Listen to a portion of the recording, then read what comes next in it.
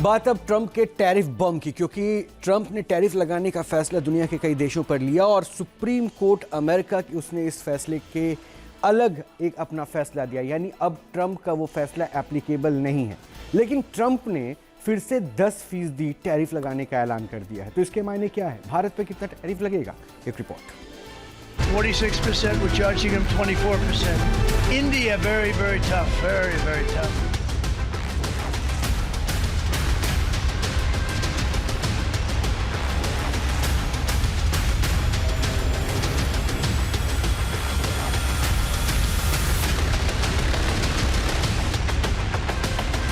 Trump के tariff terror को अमेरिकी सुप्रीम कोर्ट का झटका। डोनाल्ड ट्रंप ने पिछले साल वैश्विक टैरिफ लगाते वक्त अपने अधिकारों का अतिक्रमण किया।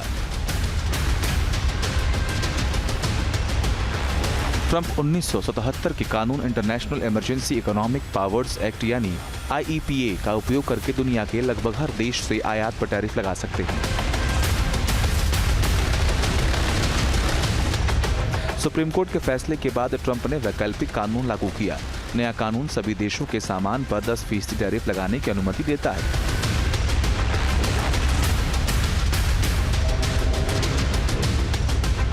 सवाल है कि ट्रंप के नए एक्ट से दुनिया के व्यापार पर क्या असर पड़ेगा।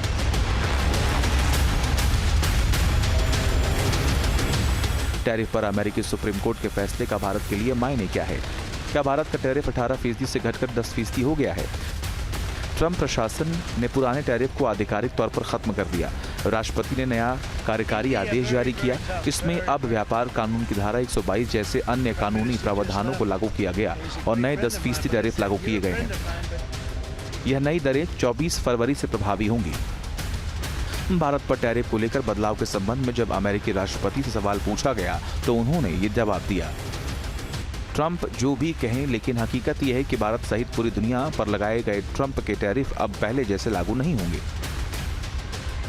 अदालत के फैसले के बाद लगभग 55% भारतीय निर्यात अब 18% के आयात शुल्क से मुक्त हो गए और इन पर 10% टैरिफ लगेगा।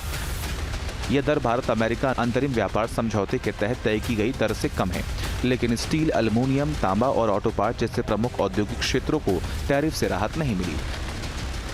जाहिर है भारत के लिए यह राहत की खबर है। सवाल आने वाले वक्त का है कि भारत अमेरिका के व्यापारिक रिश्तों में क्या बदलाव आने वाला है।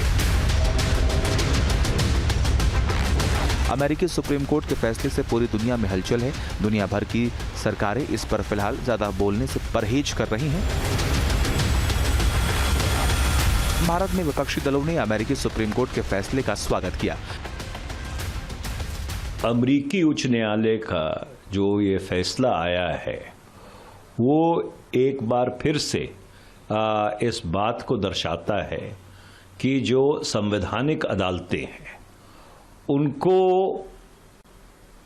जो लोग सत्ता में हैं उनको सच बोलना चाहिए और चाहे कोई कितना भी ताकतवर हो, चाहे कोई कितना भी अपने आप को ऊर्जावान समझे, कानून सबसे ऊपर है और कानून का राज रहना चाहिए।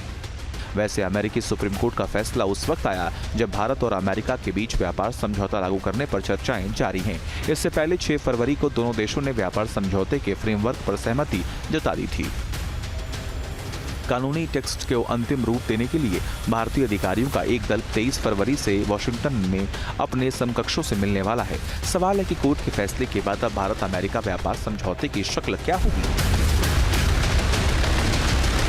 Team news nation.